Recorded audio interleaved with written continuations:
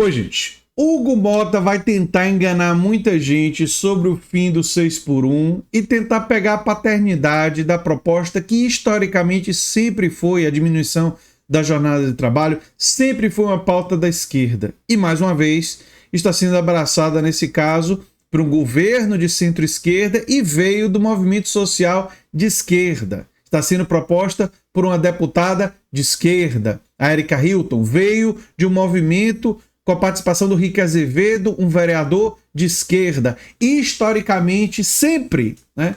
A gente pode voltar lá para o século XIX, o Karl Marx comemorando a redução da jornada de trabalho de 14 horas para 10 horas, uma luta na Inglaterra, que o Marx fez parte, sempre de esquerda. Mas tem os oportunistas, tipo Hugo Mota, que vão fazer de conta que estão defendendo, mas estão fazendo coisas concretas que estão prejudicando essa luta. E por isso é tão importante assistir e compartilhar esse vídeo. E a fala do Leonardo Sakamoto no UOL também foi muito boa. Vamos ver, vamos comentar, vamos lá. O debate esquenta de vez. Mota entra na disputa sobre o fim da escala 6 por 1 e movimenta o tabuleiro político em Brasília. Mas a resposta veio na mesma intensidade. O jornalista Leonardo Sakamoto reagiu ao vivo, com uma análise dura, cirúrgica e sem rodeios sobre o que está por trás dessa articulação. Fica aqui comigo e agora, veja a lapada. O presidente da casa, Hugo Mota, disse à nossa colunista Daniela Lima a seguinte fala de Hugo Mota, abre aspas, quem aposta que tirei o pé da escala 6 por 1 está redondamente enganado. Ele escolheu justamente o deputado federal do União Brasil, Paulo Azy, para ser o relator da PEC que acaba com a escala 6 por 1 na Comissão de Constituição e Justiça da Câmara dos Deputados. Ou seja, escolheu para relator um deputado de um partido, do mesmo partido do Antônio Rueda, que está articulando contra a escala 6 por 1. Ou seja, qual vai ser o projeto que vai ser tocado? Vai ser um projeto que não vai ser favorável à classe trabalhadora.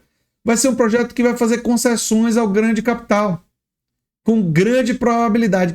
Para que seja um projeto mais alinhado aos interesses da classe trabalhadora, vamos precisar de manifestações de rua e nas redes sociais, vamos precisar fortalecer canais como o nosso, porque é óbvio que a União Brasil serve, assim como outros partidos da direita e da extrema-direita, eles servem ao empresariado, os empresários financiam suas campanhas, não é? Então isso aqui não veio de graça, eles vão posar de defensores do fim do 6 por 1, mas isso é puro teatro. Vamos seguir. A notificação foi oficializada pelo presidente da casa, Hugo Mota. O União Brasil, que é o partido do Azy, é um partido que seus líderes já disseram sobre esse projeto, né? O fim da escala 6 por 1, que seria muito difícil, que seria complicado, de certa maneira dando a entender que era o caso de enterrar essa proposta de acabar com a escala 6 por 1. Primeiro, acho que o pessoal em casa precisa ter ciência de uma coisa, que esse é o tipo de pauta que, se for colocado em plenário, é aprovado. Se for colocado em plenário, vai ser aprovado. Por quê? Porque deputado e senador não é suicida. Pelo menos do ponto de vista político, não vai cometer suicídio político. É por isso que lideranças empresariais, é por isso que muita gente na imprensa, que a gente tem visto pular, a gente na imprensa falando disso também, é por isso que liderança política tem tanto medo que isso seja colocado em votação. E a estratégia vai ser ou evitar que seja votado ou desidratar a PEC. O que é desidratar a PEC?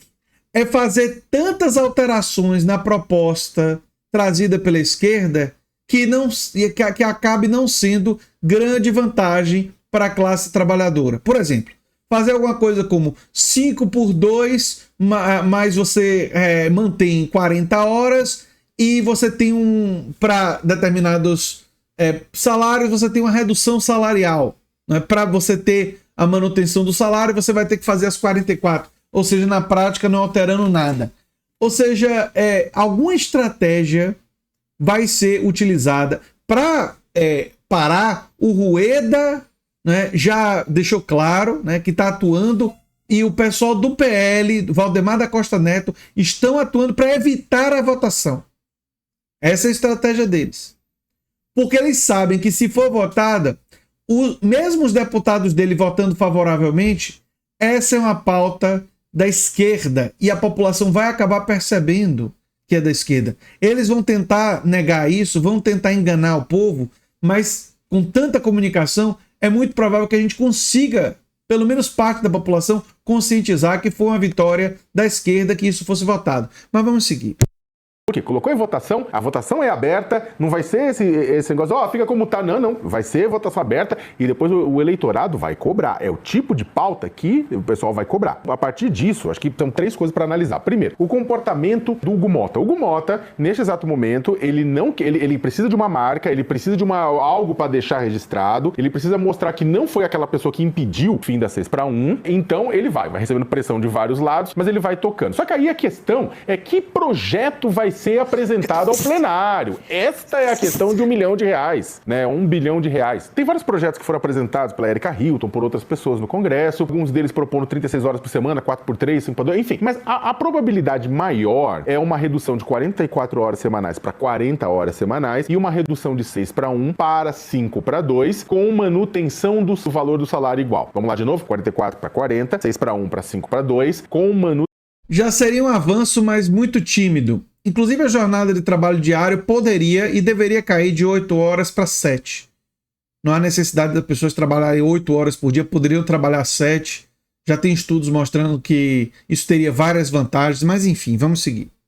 Manutenção do valor do salário, né? Então o que acontece? Tá se tentando no Congresso Nacional algumas saídas esquisitas e absurdas. Tem gente que propõe o quê? Fala, olha, a gente propõe sim a redução para 5-2, mas subindo a jornada de 8 para 9 ou até 10 horas por dia, a lá modelo argentino. E aí o trabalhador não vai aceitar. Contudo, a PEC tem um porém, porque o governo federal, ele não pode vetar nenhum dispositivo de dentro. Então o que for aprovado pelas duas casas vai passar. 49 votos, 308 votos, passa, sem que o presidente possa vetar qualquer coisa. Então, tá se tentando costurar uma coisa que pode não ser tão boa para o trabalhador na hora de ir à votação. Aí, na hora que vai à votação, ninguém vai votar contra a redução, mesmo que não seja aquilo que o trabalhador queria. A outra opção também está sendo gestada, junto da cúpula da Câmara, é alguma forma de desoneração da folha de pagamento, ou seja, as empresas pagarem menos impostos por conta disso. Eu não sou contra, por exemplo, a desoneração da folha de pagamento. O problema é a desoneração da folha de pagamento sem apontar da onde vai vir o dinheiro para cobrir esse buraco, que é aquela farra que ao longo dos anos aconteceu no Brasil. Tem um monte... Pois é. Aqui faz desoneração para beneficiar e a classe dominante embolsa esse dinheiro. Isso não é revertido em diminuição de preço, a gente sabe disso. E, para piorar, você subfinancia os direitos sociais sem adequadamente financiá-los, porque ninguém quer...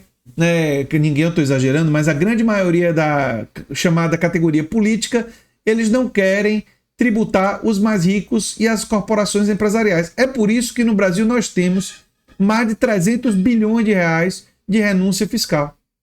Que é uma vergonha. Mas vamos seguir. De desoneração feita sem que alguém aponte da onde vem o buraco na folha. É diferente de desoneração de imposto, de redução de escala de jornada de trabalho. As empresas deveriam estar pensando em aumento de produtividade e não em manter a escala 6-1. Dito isso, isso é o que está passando pela cabeça do Mota, neste exato momento, da cúpula do Congresso. É aquilo que eles têm. Eventualmente colocar um projeto lá que não seja aquilo que os trabalhadores queriam, mas que seja algo que os patrões também vão ficar mais tranquilos. Do outro lado, você tem um relator, o Azi da Bahia. O Azi também não é bobo. Se ele propuser, se ele for contra o fim da 6-1, ou se ele propuser qualquer coisa que soe como monstrengo, ele não se reelege em Salvador. A base dele em Salvador não vai reeleger, não. E a gente viu o que aconteceu na reforma trabalhista. Teve gente que era líder da reforma trabalhista que não se reelegeu. O povo cobrou a fatura. E era uma coisa muito menos clara, como a questão da 6-1. Então, por mais que ele seja do União Brasil, o União Brasil esteja colocando isso, ele tem que tomar muito cuidado, porque é o pescoço dele eleitoral que está no meio. Da mesma forma, você vai pegar Ciro Nogueira, Antônio Rueda, que são os presidentes do União Brasil e do PP, do União Progressista, essa federação, eles podem falar o que eles quiserem também. Mas será que na hora H os deputados vão querer, o deputado do União Brasil, ficar com a seguinte pecha? União Brasil, o partido do 6-1? Imagina só, com qualquer lugar, nas disputas de governo, de Senado, de deputado. Ah, você não é do União Brasil, aquele partido que conseguiu manter o 6-1? E aí, gente? Vai pegar pesado. Aí não vai funcionar do ponto de vista eleitoral. E é por isso que a maior chance de aprovar 6-1 é até julho, por conta do calendário eleitoral. Na minha avaliação há uma chance muito grande de sim, ser aprovada a 6-1, sim, ser 5-2, ser aprovada a redução de 44 para 40, com manutenção do salário e a aprovação de alguma coisa para ajudar pequenos negócios. alguma forma de governo, de isenção de imposto, alguma coisa, que o governo vai ter que fazer um salamaleque lá com o Congresso para ajudar pequenos negócios. O Sebrae fez uma pesquisa interessante, mostrando que a maioria dos pequenos negócios acha que não vai ter impacto negativo com a mudança. Algumas partes, pequenos negócios, principalmente comércio, eles vão ter. Então, os pequenos negócios seriam beneficiados com alguma forma de apoio, Fabíola. Até porque a gente sabe que os grandes, eles têm demanda mais do que suficiente, margem de lucro mais do que suficiente para que se manter sem maiores problemas. Eles não precisam estar explorando tanto a classe trabalhadora. Mesmo os pequenos negócios, a esmagadora maioria, não há a menor necessidade disso. E eu sou mais radical. Se o negócio ele se torna inviável, se ele não explorar a classe trabalhadora, é porque o negócio não tem demanda. Isso não tem demanda, não devia existir. Eu não sou favorável ao capitalismo, mas se vivemos no capitalismo, ainda estamos no capitalismo, e tem competição, e tem algum negócio aí que não tem demanda suficiente para pagar o trabalhador de forma justa não, porque nunca vão pagar, minimamente, sem hiperexplorar o seu trabalho, ou seja, já está explorando, mas ele só consegue se manter se ele fizer uma hiperexploração do trabalho. Talvez esse negócio deva deixar de existir, porque não tem demanda que garanta a sua subsistência, e deveria ser substituído por cooperativas. O Estado brasileiro deveria atuar para substituir negócios que não têm demanda suficiente por trabalho cooperado para suprir demandas que de fato existem na sociedade, expandindo o trabalho associativo e cooperativo na sociedade, em vez de ficar subsidiando negócios que dão prejuízo. Essa é a minha visão. Mas enfim, o Sakamoto foi muito bem, e nesse momento muitos deputados e lideranças aí da direita e da extrema-direita vão querer fugir do tema do fim do 6x1, vão querer fingir que defendem o trabalhador porque estamos em ano eleitoral. Mas os trabalhadores não podem ser enganados. E para isso é fundamental fortalecer canais como o nosso. E se você quer ganhar um dinheiro extra divulgando conhecimento e ideias de esquerda, nos meus cursos eu falo sobre o fato de que todas as conquistas do salário mínimo, do aumento do salário mínimo, diminuição da jornada de trabalho, eu demonstro em meu curso sobre Marx, meu curso sobre Gramsci, que essas são conquistas da esquerda. E se você se inscrever no Hotmart e se tornar afiliado dos meus cursos, você pode ganhar uma comissão de 20% inicialmente. E se você conseguir 13 vendas, uma comissão de 40% em cima dos meus cursos, sem gastar R$1. Não tem custo nenhum para você participar como afiliado. Saiba mais no vídeo, no comentário fixado.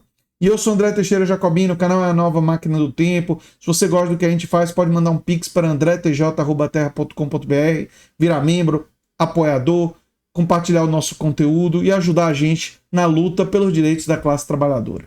Um abração e até o próximo vídeo, gente. Tchau, tchau.